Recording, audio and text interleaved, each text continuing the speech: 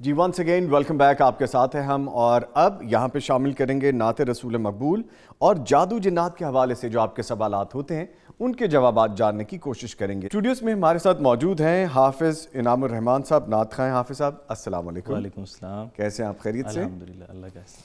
ان کے ساتھ ساتھ ہمیں جوائن کریں گے جو ہمارے ساتھ آن لائن ہوں گے عبدالحمید سلفی صاحب، ماہر جادو جنات، ان سے ہم سوالات کے جوابات جاننے کی کوشش کریں گے۔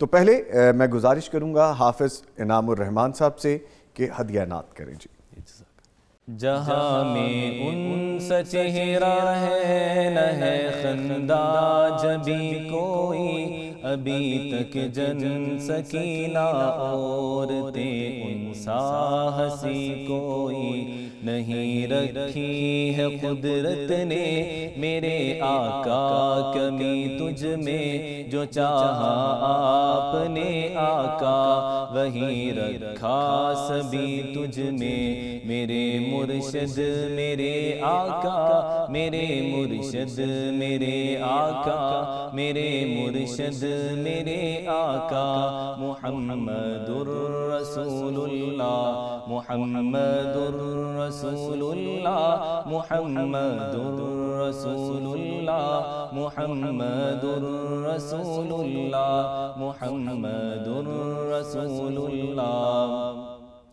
بدی کا دور تھا ہر سو، جہالت کی گٹائیں تھیں، گناہوں جرم سے چاروں طرف پھیلی ہوائیں تھیں، خدا کے حکم سے نا آشنا مکے کی بستی تھی، گناہوں جرم سے چاروں طرف وحشت برستی تھی، خدا کے دین کو بچوں کا ایک کھیل سمجھتے تھے، خدا کو چھوڑ کر ہر چیز کو معبود کہتے تھے، وہ اپنے ہاتھ ہی سے پتھروں کے بت بناتے تھے، انہی کے سامنے جھکتے انہی کے گیت گاتے تھے۔ کسی کا نام عزا تھا، کسی کو لات کہتے تھے، ہبل نامی بڑے بت کو بتوں کا باپ کہتے تھے، اگر لڑکی کی پیدائش کا ذکر گھر میں سن لیتے تو اس معصوم کو زندہ زمین میں دفن کر دیتے، غرض جو بھی برائی تھی سب ان میں پائی جاتی تھی، نہ تھی شرم و حیا آنکھوں میں گر گر بے حیائی تھی، مگر اللہ نے ان پر جب اپنا رحم فرمایا تو عبداللہ کے گھر میں خدا کا لاڈلا آیا، عرب کے لوگ اس بچے کا جب اعزاز کرتے تھے تو عبدالمطلب قسمت پہ اپنی ناز کرتے تھے، خدا کے دین کا پھر بول بالا ہونے والا تھا، محمد سے جہاں میں پھر اجالا ہونے والا تھا، میرے مرشد میرے آقا، میرے مرشد میرے آقا، میرے مرشد میرے آقا، محمد الرسول اللہ، محمد الرسول اللہ، محمد الرسول اللہ، محمد الرسول اللہ، محمد الرسول اللہ صلی اللہ علیہ وآلہ وسلم۔ میرے مرشد میرے آقا محمد الرسول اللہ صلی اللہ علیہ وآلہ وسلم۔ ماشاءاللہ، جزاک اللہ، اللہ تعالیٰ آپ کو جزائے خیر عطا فرمائے۔ حافظ انعام الرحمان صاحب، بہت مزہ آیا سننے کا، ماشاءاللہ۔ ہمیں جوائن کر چکے ہیں یہاں پہ عبدالحمید سلفی صاحب جو ماہر جادو جنات ہیں۔ سر السلام علیکم۔ وعلیکم السلام ورحمۃ اللہ وبرکاتہ۔ کیسے ہیں سر؟ خیریت سے ہیں آپ؟ جی الحمدللہ، جی اللہ کا شکر ہے، آپ سنائیں آپ خیریت سے؟ سر آپ کی دعائیں، اللہ کا بڑا کرم ہے۔ سر سوالات ہیں آج میرے پاس اور یہ شامل کرتے ہیں، پھر آپ کائنڈلی ان کے جوابات دے دیجئے۔ مجھے رات کو خواب میں کچھ چیزیں نظر آتی ہیں جو مجھے مارتی ہیں اور میں ہفتہ ہفتہ بیمار رہتی ہوں۔ اسی طرح ہمارے گھر سے پیسے غائب ہو جاتے ہیں جو 3-4 دن بعد مل بھی جاتے ہیں، اس کا حل کیا ہے؟ نحمدہ و نصلی علی رسولہ الکریم، اما بعد، فاعوذ باللہ من الشیطان الرجیم۔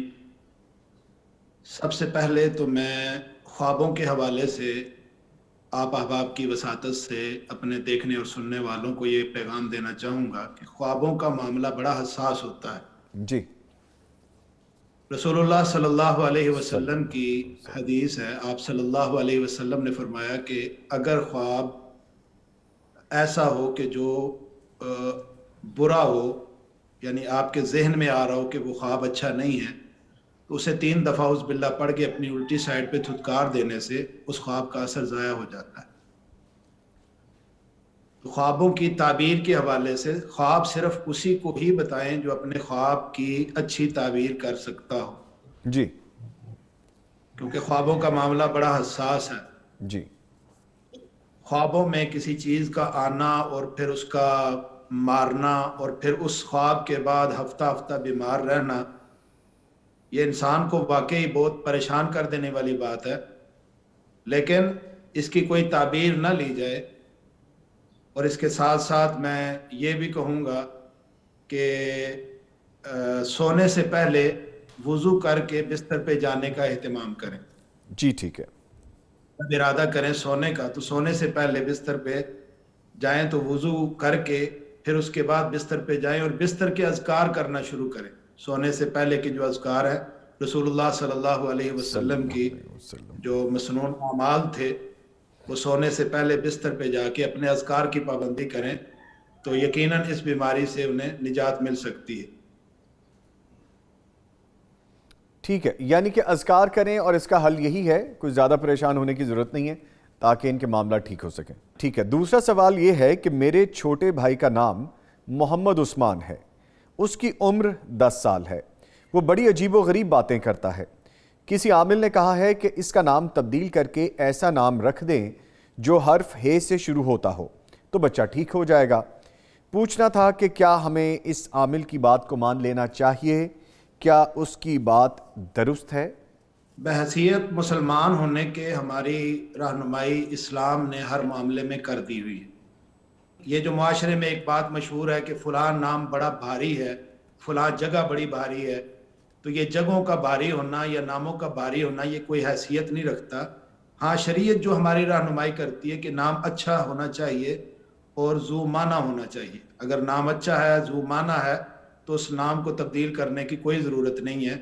اور جو نام محمد عثمان ہے، میں کہتا ہوں کہ یہ ذو معنی بھی ہے اور نام بھی اچھا ہے، صحابی رسول حضرت عثمان رضی اللہ تعالیٰ عنہ کا ہے، تو اس نام کے رکھنے میں کوئی حرج نہیں اور اس نام کو اب تبدیل کرنے کی بھی ضرورت نہیں ہے۔ ٹھیک ہے، تو سر یہ بھی فرمائیے گا، کچھ لوگوں کا یہ بھی کہنا ہے، یا جس طرح بڑے لوگوں کو میں نے سنا ہے کہ میں نے نام اس طرح سے رکھا اپنے بچوں کا، کہنا یہ ہوتا ہے لوگوں کا کہ استخارہ کر لیں، کوئی عدد نکلے گا، کوئی حرف نکلے گا تو اس پہ نام رکھ لیں، یا کچھ لوگ یہ بھی کہتے ہیں کہ دن، وہ مہینہ اور وہ وقت کے مطابق دیکھ کے پھر بتاتے ہیں کہ یہ حرف ہے، اس پہ نام رکھ لیں۔ اس میں کتنی صداقت ہے؟